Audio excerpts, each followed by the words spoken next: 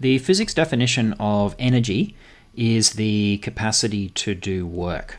So in the context of electricity here, the work that we're talking about would be things like running a motor, would be things like lighting up, say, a lamp or a bulb, would be things like powering a computer.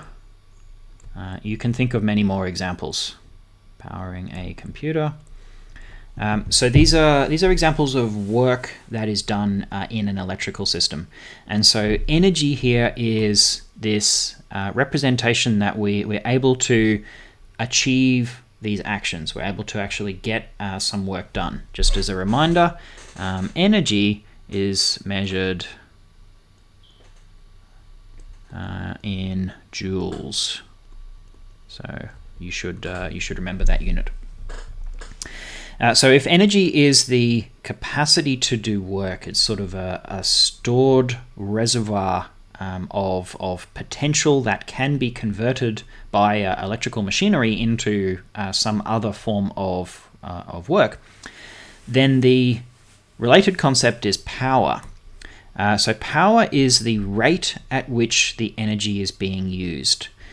So in particular, power is measured in watts, and 1 watt by definition, so 1 watt is 1 joule per second. So it's a rate at which energy is being used, a rate at which it's being converted, for example, from electricity into, say, mechanical motion, or into heat or light or some other form of energy. So power is measured in watts, and a watt is 1 joule per second. So it's really important that you don't confuse energy and power. So energy is the fundamental capacity itself, and then power is the rate at which that energy is actually being applied.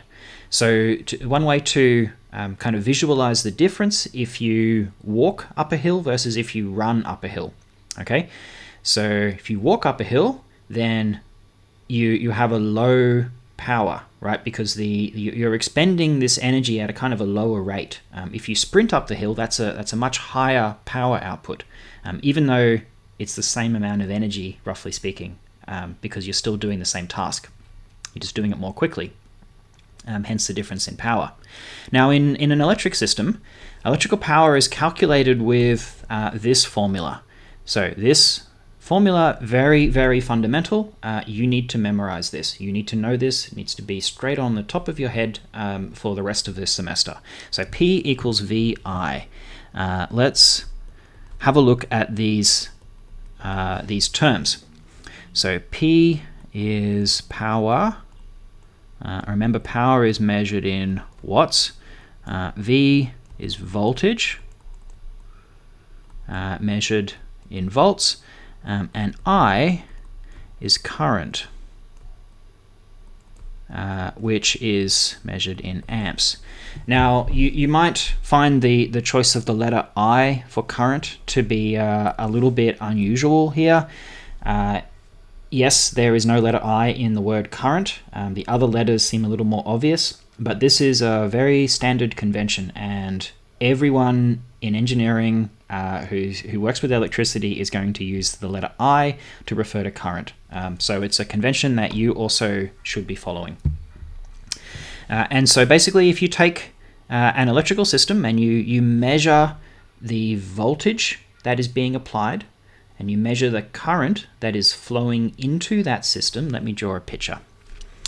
So I have some electrical system. I'm going to draw a little box to represent, could be anything. Could be a motor, could be a computer, could be a battery, could be whatever you like. And it has some wires that come out of it. Then I can measure a voltage across this system. So the way that I would measure a voltage is I would get my little voltmeter and I would take one of the wires and I would connect it up here, and I would take the other wire and I would connect it up here.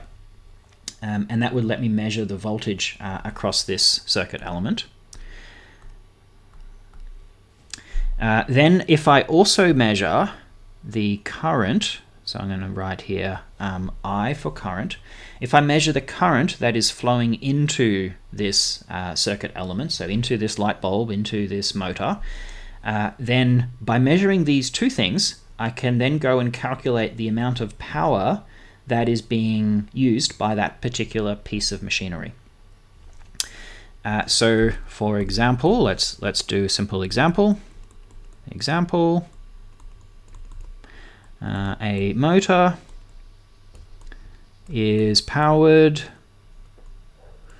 by a 12-volt battery. Okay, 12-volt battery like the one in your car, and uses, let's say, 2 amps of current. How much power is the motor using? So the answer to this is, I use my formula, so P equals VI. Remember that, keep it in your mind. Voltage was 12, the current was 2 amps, so 12 volts times 2 amps, so that is 24 watts of power, which will be used up in this motor. Now, when we talk about power, it's useful to understand or to have a convention so that we can recognize the difference between absorbing and generating power.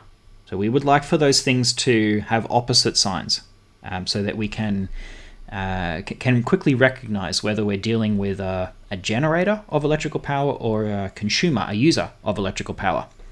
And so by far the most common way to express this is a thing called the passive sign convention. So the passive sign convention is pretty much universally used, and these are the rules for the passive sign convention. So the passive sign convention says that the power that is calculated, so if you P equals VI, the power that is calculated at a load is positive. Okay, so examples of loads. So these would be things like a motor, a light bulb, a computer system, a heating element, so say a stovetop, basically anything that is using electrical power. So we would call that a load. And we define that the power at a load is positive. So in this example here, I had a motor. I should recognize that a motor is a load, and therefore the power that I calculate, P equals VI here, should be positive. So I'm here thinking to myself, by the passive sign convention,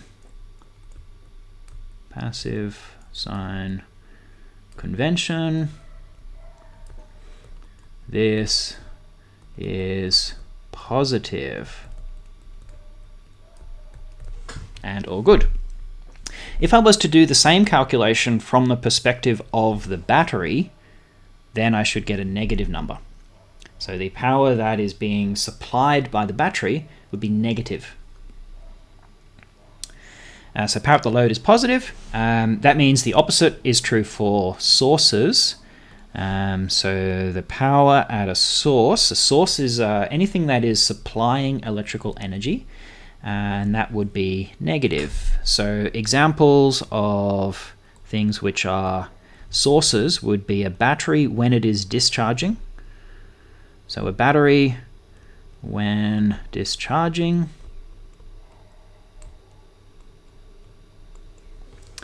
a generator, electrical generator. So that's a machine where you have a rotating shaft and it generates electricity. So this is, for instance, used in power stations or the alternator in your car, for example. So battery or a generator, or another example is a solar panel, and so on. So these are things which are supplying electrical energy, And so we would calculate power at a source to actually be negative. So this is called the passive sign convention, and it's important that you would recognize that.